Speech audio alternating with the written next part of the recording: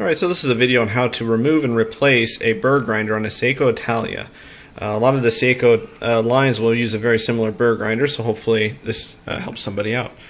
First thing, obviously I've got the back and the top removed. We're going to remove this rubber flange that basically is what sits up against the bottom of the hopper. Second we're going to do is we're going to remove the one retaining screw on this bottom base clip, as well as the Phillips screw that holds the doser arm to the sensor.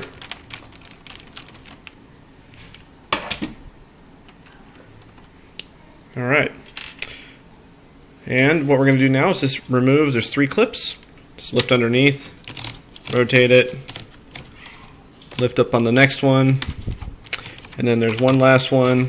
It's kind of difficult to get to, and then just kind of lift up, trying to do this one-handed here.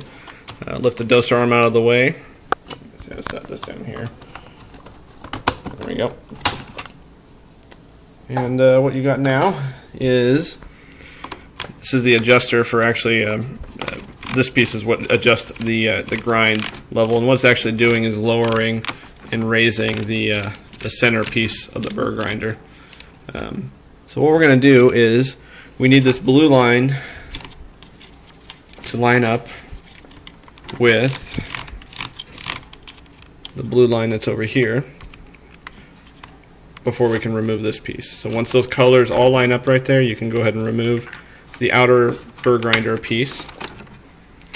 And this one's already been cleaned out because I had previously removed it, and actually I have another donor machine over here I've been working on. So next part is we need to actually remove the center piece of the burr grinder. To do that, you'll need a T10 Torx.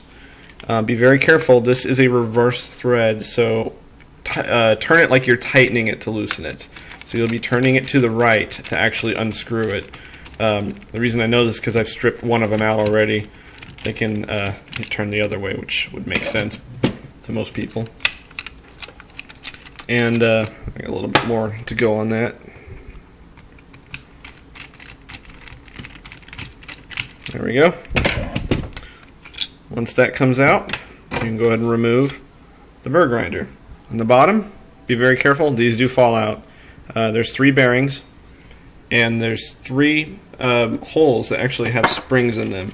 So be careful if you vacuum this out, and I've done this, is why I'm saying there are 3 springs that the bearings actually push against. This is basically how when you raise and lower it, it gives it tension.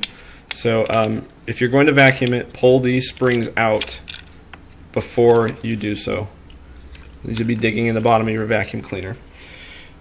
And basically I've got my replacement here. Same thing, flip it over. The bearings just kind of sit in there again, so be very careful. You can kind of push them down. Again, they just kind of fall out. But basically a reverse installation. All you're going to do is set it back in there to make sure that the ball bearings line up on top of the springs, and assemble it back the way it came out.